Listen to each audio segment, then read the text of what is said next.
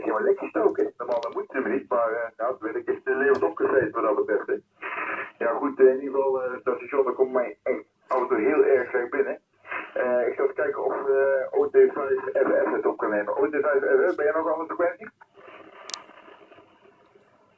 Nee, die is er niet meer. Nou goed, wie zit er meer aan de frequentie? Goedenavond, man. Ja, goedenavond. Ja, je hebt nog één. Ja, je audio is een beetje gekleed, misschien die amplifier. Maar als ik op zich kijk met die signaal in die opkom, ja, plus 40 en net heel even plus 50. Het is loei en loeier, man. Ja, dat geloof ik gelijk. Nou goed, ik zit gewoon met de originele microfoon en ik heb alles flat hier staan wat dat betreft. Hè. Dus ik heb de equalizer gewoon uitstaan. Want ja goed, je denkt van nou goed, dan is het maar een beetje goed, een beetje zo natuurlijk mogelijk klinken wat dat betreft, Willem over. Ja, oké. Het klinkt prima, maar net tegen die opmerking ook volgens. Het klinkt een beetje, ja, een beetje amplifier goed, maar ja, het klinkt niet helemaal naar zo. Ik denk dat het daar wel komt. Ik zou misschien eens kunnen proberen dat je hem even uitschakelt. Maar ik denk dat dat het wel is. Maar wel ook goedenavond trouwens, hè?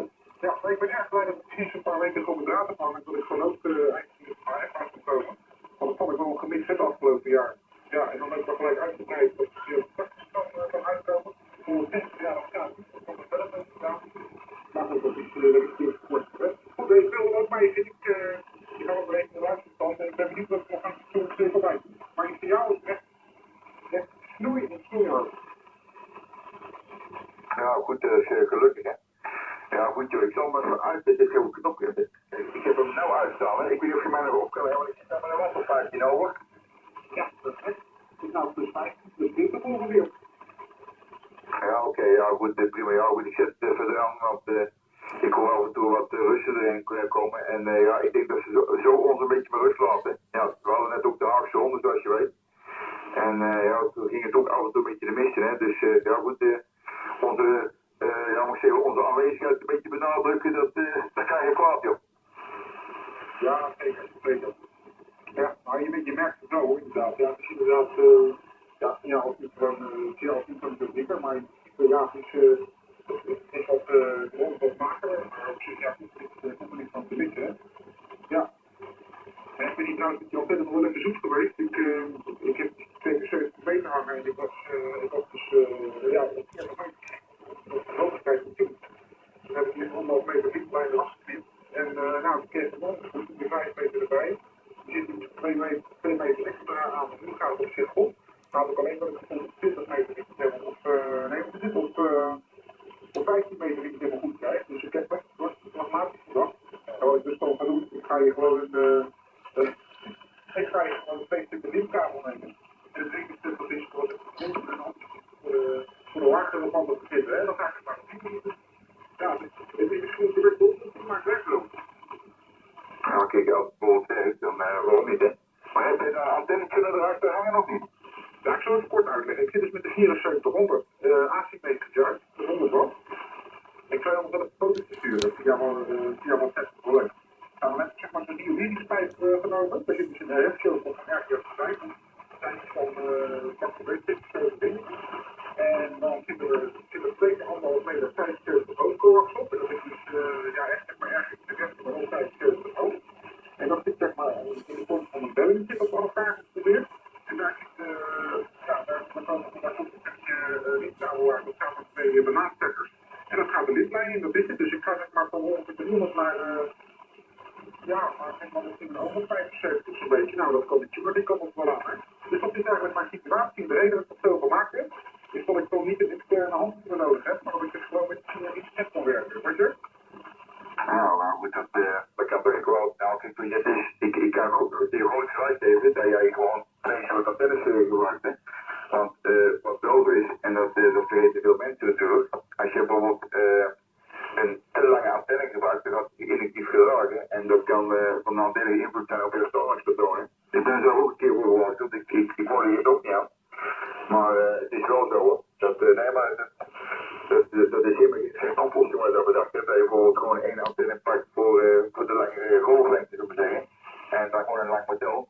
En een kort model voor de hogere bel. Daar is helemaal niks mis mee, joh. Nou, dat is iets wat ik verzocht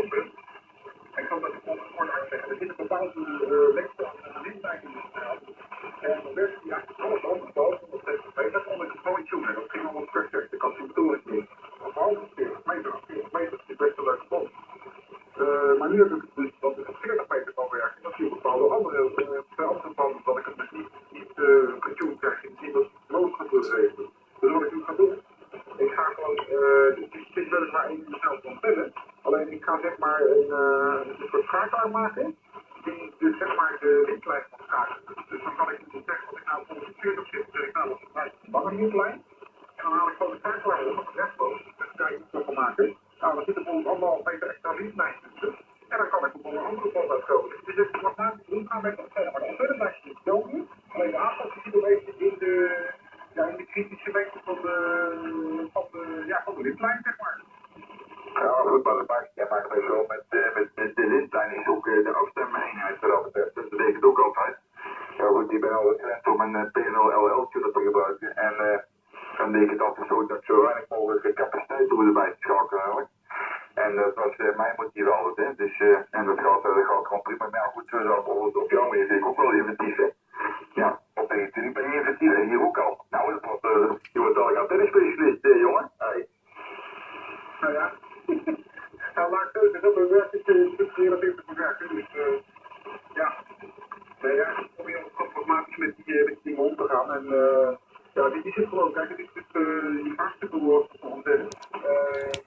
Je kan natuurlijk moeilijk op dat alle panden dat je een beetje perfect krijgt, maar als je een beetje verstoor, ik had een document gekregen dat ik over zogenaamd kritische lengte, dat je met bepaalde lengte, zeg maar, dat je het gewoon heel goed krijgt. Maar dat je op dit moment dus met een rindelaar zet, een tijd zit. En nou ja, toen werkte alles gewoon naar behoren, maar ja, uiteindelijk de dakbevorming zijn op de dezelfde indoeken, zeg maar. En ja, dit is dus het ene, dat is voor nog even één keer te vlakken proberen. En dan ga ik dus even kijken of elkaar gesproken dat ik dus zeg maar dat laatste stukje windlijn kan schakelen. Bijvoorbeeld tussen anderhalf meter meer, anderhalf meter minder, anderhalf meter meer, zeg maar. En ja, als ik dat kan, dan zou het goed moeten werken. Maar als je het leuk vindt, ik heb hier heel veel niet van gestaan. Ik had dat al van 50 meter doorgekregen. Ze hebben gewoon ergens terecht. Dus ik ben maar even direct naar de Jarobe in het programma gegaan bij jou toe. En ik heb een paar 6 meter van die isoleringsgrond gekocht. Van die doppen, zeg maar. En in ieder geval bij het plezier gegaan een paar PLC-59 chassisdelen. En ja, het is een beetje ambachtelijk werk. Het is heel stug met de coax. Het is allemaal met tie-ups, wat en zo. Maar het is leuk. En het voordeel van de dergelijke bellen is ook dat je dus je hebt geen vergadering. Hè. Ja, er zit alleen die action. Dus het is je op de 50. Als ik daar probeer zal te maken, ja, dan kan je er ook gewoon met de dergelijke kan erop zitten. En het voordeel is inderdaad dat je gewoon met de interne tuner kan werken. Als het zo'n LL-tuner, ja, ik heb het bij Marco PNE uit, dus ja, prachtig ding. En dat is ook een hoog rendement-tuner, alleen maar ik had het een beetje allergisch geweest van het pompen dat je zit te draaien. Ik heb er ook S-matches gemaakt en dat is hartstikke leuk. Maar ja, dit is trouwens gemakkelijk. Het rendement is lager, dat realiseer ik wel. Microfoon door. Ja, van PDA, ja goed, inderdaad, net waar je zegt, ja, die LL-tuner, ja goed, die is inderdaad een hoog element-tuner, zou ik zeggen. Maar ja goed, dat is, ja goed, hij maakt als het ware muziek eigenlijk, want ja, je moet ook een beetje plain en simpel rekenen van altijd. Ja goed, hij maakt eigenlijk een beetje deel uit van de antenne zelf, hè. Ja, als je een beetje goed doordenkt, dan, ja, dan zie ik dat vooral zo eigenlijk een beetje voor me. En ja goed, het is gewoon een beetje procederen van, ja, wat heb je eigenlijk in huis uit, want ja goed, het is wel makkelijk om de kastje aan te sluiten en dan gaan. Maar ja goed, je wil ook weer weten wat de techniek vraagt, hoe dat in elkaar zit. Ja, ik heb de dingen al, nou, voor lang heb ik gewoon een jaartje of 8, 9 ongeveer. Maar langer zal het niet zijn. En ja goed, dat is een van de apparaten die het langste bij me zijn gebleven wat dat betreft. Hè. Ja goed joh, ik vind een paar oplossingen. En kijk zo bijvoorbeeld die foto die je aanmaken wil. Ik vond wel leuk hoe je dat in elkaar plukt wat dat betreft joh. Goed joh, ik ga eens kijken of Marco nog is. 2 EOE van PDA over. Ja, oké, PDA AGT van Papa Delta 2 Echo Alpha Whisky. Ja, ik ben er nog steeds, hè. En dat was ook een goede avond, hè. Komt ook goed binnen. Ja, bij mij kom je ongeveer een 5-8, 5-9 kom je binnen. Dat schommelt een beetje, maar het is wel goed te doen, dus vandaar. Goed, ik heb ook even opname gemaakt, Hans, dus dat zal ik even zo meteen op internet zetten. Op YouTube, dan kun je het even terugkijken ook. Dus vandaar. Dan ga ik ermee stoppen. Ik zou zeggen, groetjes van deze kant. En ik kom je later weer tegen, Hans. PR3 AGT, het groepje van Papa Delta 2 Echo Alpha Whisky.